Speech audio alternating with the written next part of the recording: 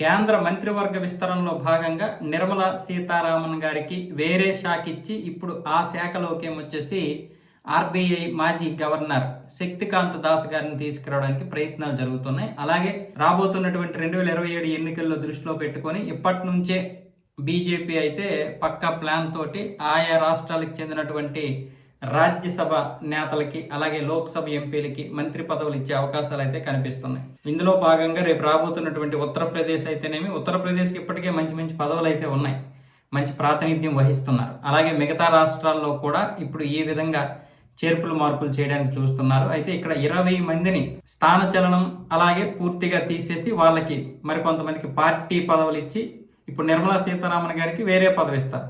అక్కడ ఆ మంత్రిని ఏమొచ్చేసి పార్టీ పదవిలో పెడతారు. అయితే ఏ మంత్రి పదవి ఇస్తారన్న విషయం తెలియదు. ప్రస్తుతానికైతే నిర్మలా సీతారామన్ గారికి ఈ స్థాన భ్రంశం అయితే ఉంటుంది, స్థాన చలనం అయితే ఉండే అవకాశాలు అయితే ఉన్నాయని చెప్పి అటు కేంద్ర వర్గాలే చెబుతున్నాయి. సో ఈ నేపథ్యంలో ఖచ్చితంగా కేంద్ర మంత్రివర్గ విస్తరణ అయితే ఉంటుంది. అందులో బీజేపీకి చెందినటువంటి ఇక్కడ తెలంగాణ బీజేపీ నేతలకు కూడా ఒక అవకాశం అయితే రాబోతుంది. ఇందులో ఈటెల రాజేందర్ గారికి ప్రధానమంత్రి పదవి, అలాగే అరవింద్కి ఏమొచ్చేసి సహాయక మంత్రి పదవి ఇచ్చే అవకాశాలు కనిపిస్తున్నాయి. ఎందుకు వాళ్ళకి పార్టీ పదవులు ఎవరికి ఇవ్వలేదు కాబట్టి ఈ తెలంగాణలో. ఈ నేపథ్యంలోనే 20 మందికి వేటు పడే అవకాశాలు అయితే ఉన్నాయి.